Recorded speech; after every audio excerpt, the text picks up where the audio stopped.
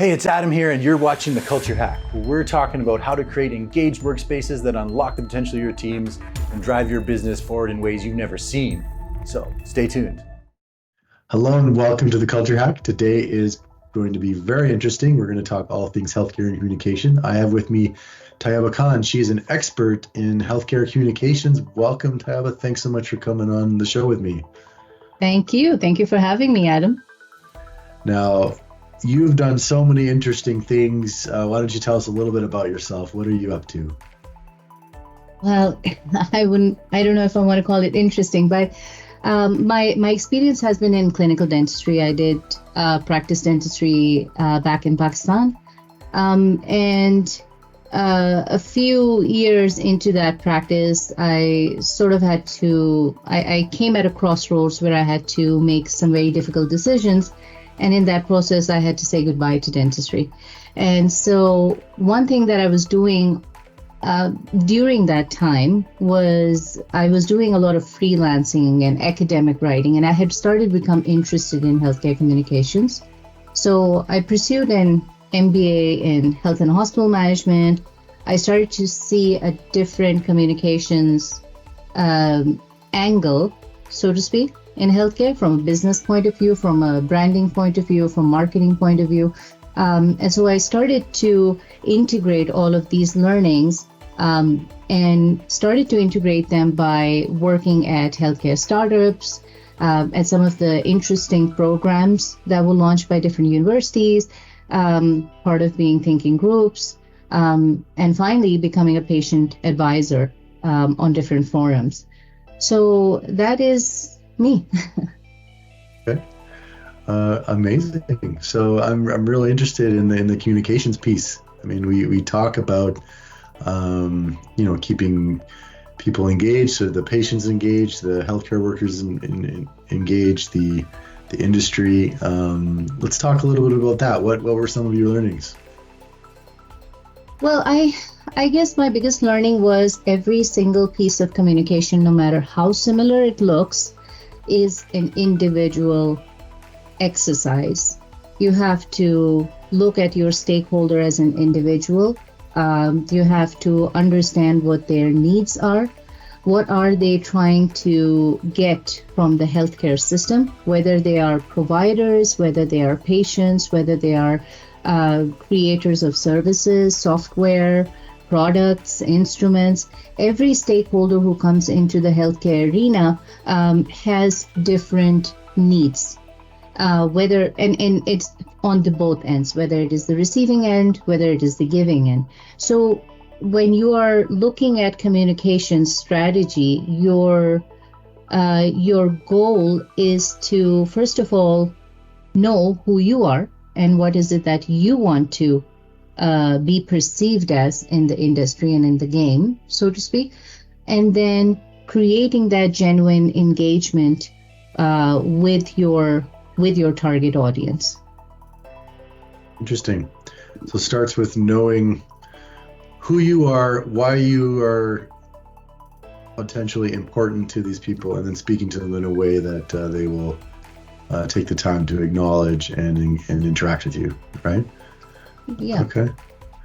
So you talked a little bit about building a plan and a strategy for this. How do you go about doing that? So I think one of the important points here that I have seen over the course of years is that people tend to think of a communications plan as a communication strategy, and they are both very different things.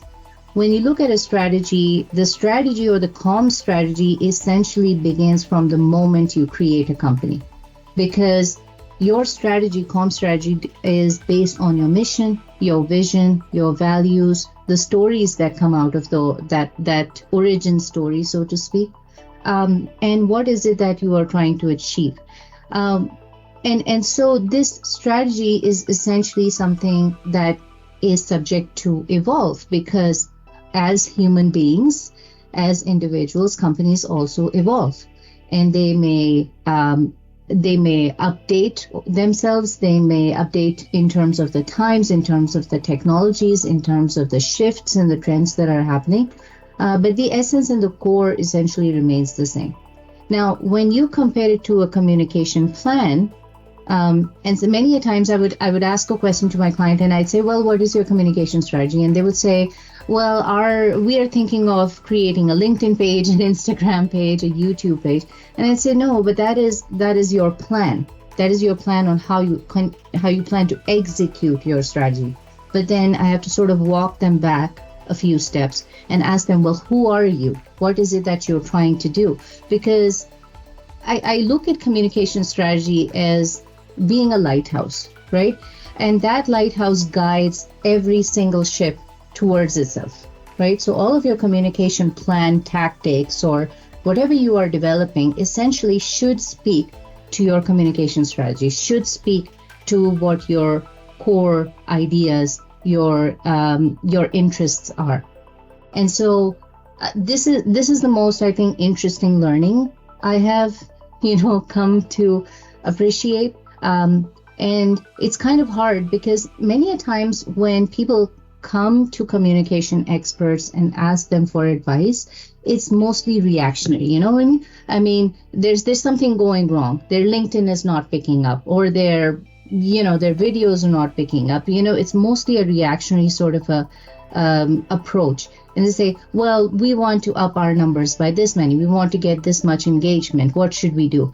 And it's interesting. It should not be a reactionary. It should be a proactive approach to how you want to engage with your audience. Does that make sense? Mm-hmm. No, it really does. When I think about something like LinkedIn, for example, we use that quite a bit, but we didn't have any success with LinkedIn till we were very clear on who we were and willing to talk about who we were, not just what we were doing, but why we were doing it, who we were doing it with, when we were doing it, right? So sharing those vulnerable details that aren't just so corporate, right? And you may have noticed that it immediately or drastically changed how people started to engage with you. They were more, I don't know, but I have seen there's a more humanistic or, more, like you said, more intimate, more vulnerable sort of a communication. So it's not two organizations talking, it's two individuals talking. And then the client opens up and tells you exactly what their issues are, whether they are cultural issues, because I know you work on culture as well in team building.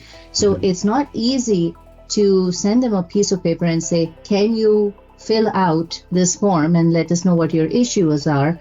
I am sure you've had so many productive conversations where you sat across the table from somebody, had a coffee with them, and they opened up with you.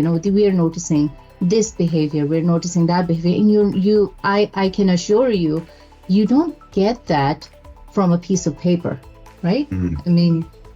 I don't know what your experience was. Absolutely. There's email, social platforms, webinars, all that stuff are tools to, make your presence known and try and stay top of mind for people. But ultimately, you need to meet people and chat with them. And if you can do that face to face, all the better.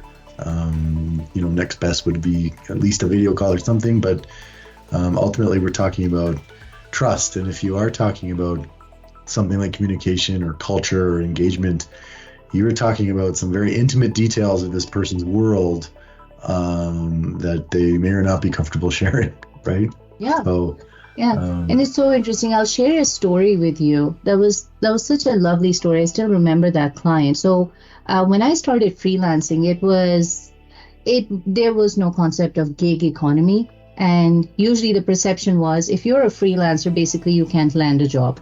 So, there was a very negative connotation to it. So our only way of communicating and gaining trust of our client was basically through email or through messaging. So you can imagine how tough it was. There was no concept of having this face-to-face or virtual connections or having phone calls or whatever, because the technology or the freelancing industry wasn't evolved yet. People were sort of developing the industry as they were going. So I remember I did this project for one of my clients, and that project was done. And we went our separate ways. She was somewhere in Europe, I was back in Pakistan, right? And then there was an earthquake. I don't know if you know about that, but there was a mega scale earthquake that happened in Pakistan. It was just the most awful tragedy that happened. And can you imagine, that client of mine reached out to me to ask how I was doing, if I was safe. And she said, I heard about this and I want you to make sure you're okay. Can you imagine? I mean, she has never seen me. I have never seen her. So even if we walk past each other, I would never recognize her. But just the fact that she, reached out to me just to make sure I was okay. That was, for me, one of the most beautiful takeaways. It made me realize how important it is to have that kind of deep relationship with your client, because that is what basically changes the dynamic of that project, makes the magic work. Right? No, I love that. She obviously felt heard when she was working with you. Right? Yeah. Interesting. I love that. That's such a great story. So we kind of bring it all circle. You talked about communication, before we had all this technology and, how it's working now. What do you see for the future for all these things? We've got things like AI kind of rearing its head now. We've got, video everywhere. What do you see for communication for the future? Well, in healthcare, I must be honest, I was very skeptical of AI. And in some aspects, I still am. Because for me, as a clinician, that clinician side of me, there is this something about a clinician that I don't know if technology can replace for the time being, at least. Mm-hmm. There is this intuitiveness that clinicians develop. They look at a person and they can tell something is wrong. They may not be able to pinpoint it. I might just look at you and say, no, you're not okay. I don't know what it is. I might prompt you to go and get yourself checked out, and that's why perhaps, we get irritated when we're sitting in the presence of, physicians and, nurses and clinicians.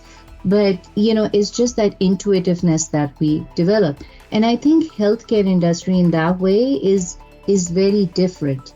Because of all the industries, I think this industry requires that human touch, that actual presence of a physician or a person who's there to listen to you. A person, no matter how you may be comfortable with technology and interacting with a physician virtually, it's nothing like sitting face to face with a physician and having that vulnerable moment about your illness, your troubles, your, adjustment with your illness, or even, your mortality. You cannot recreate it. At least that's my impression. However, I recently came across this Stanford article where the AI was asked a very difficult question in terms of the ethical and moral concerns about a very difficult life decision.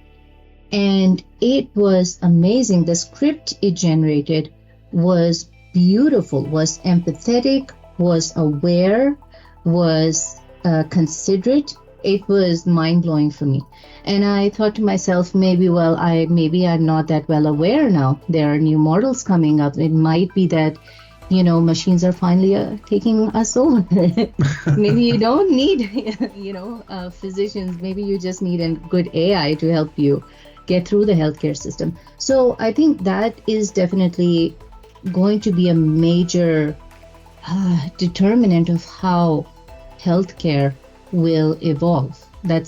That's my 2 cents on it. I love that. So, if I were to sum up the communication, if you're thinking about tactics like, whatever, LinkedIn or emails or videos or whatever, back it up a notch. Who are you and why are you writing it and why should people listen? Start there, right? Yes. And if you start there, then you'll feel heard, and then hopefully people you're engaging with will feel heard, and then overall just works better for everybody. Right? And the way to look at it is give your communications a soul. Give it a soul, and people will respond. I love that. That is very poetic. What a perfect place to leave off. Well, thank you so much, Tayaba. I really appreciate your insights. You've clearly thought a lot about this, and I look forward to seeing what you do next. Thank you for having me, Adam. It was fun. Was, right? Hey, thanks for watching The Culture Hack. Do you want to chat culture and engagement? Give us a call and come on the show.